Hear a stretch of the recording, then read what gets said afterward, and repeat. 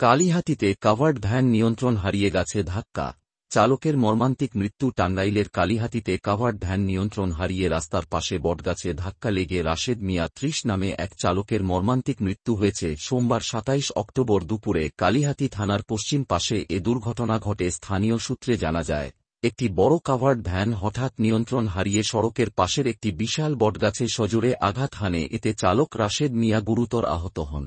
স্থানীয়রা দ্রুত তাকে উদ্ধার করে কালিহাতী উপজেলা স্বাস্থ্য কমপ্লেক্সে নিয়ে গেলে কর্তব্যরত চিকিৎসক তাকে মৃত ঘোষণা করেন। নিহত রাশেদ মিয়া নীলফামারী জেলার সৈয়দপুর থানার নাওয়াপাড়া গ্রামের মোতাহের হোসেনের ছেলে। কালিহাতী হাইওয়ে পুলিশ ফাঁড়ির এসআই মাহবুব হোসেন জানান, একটি সিমেন্ট বোঝাই কাভার্ড ভ্যান নিয়ন্ত্রণ হারিয়ে থানার পাশে গাছে ধাক্কা দিলে ঘটনাস্থলেই চালক নিহত হন। মরদেহ উদ্ধার করে টাঙ্গাইল সদর হাসপাতাল মর্গে পাঠানো হয়েছে। দুর্ঘটনার পর কিছু সময়ের জন্য ওই সড়কে যান চলাচল ব্যাহত হয়। পুলিশ দুর্ঘটনা কবলিত কাভার্ড ভ্যানটি উদ্ধার করে নিয়ে গেছে। গৌরাঙ্গ বিশ্বাস, বিশেষ প্রতিনিধির পাঠানো ভিডিও চিত্র।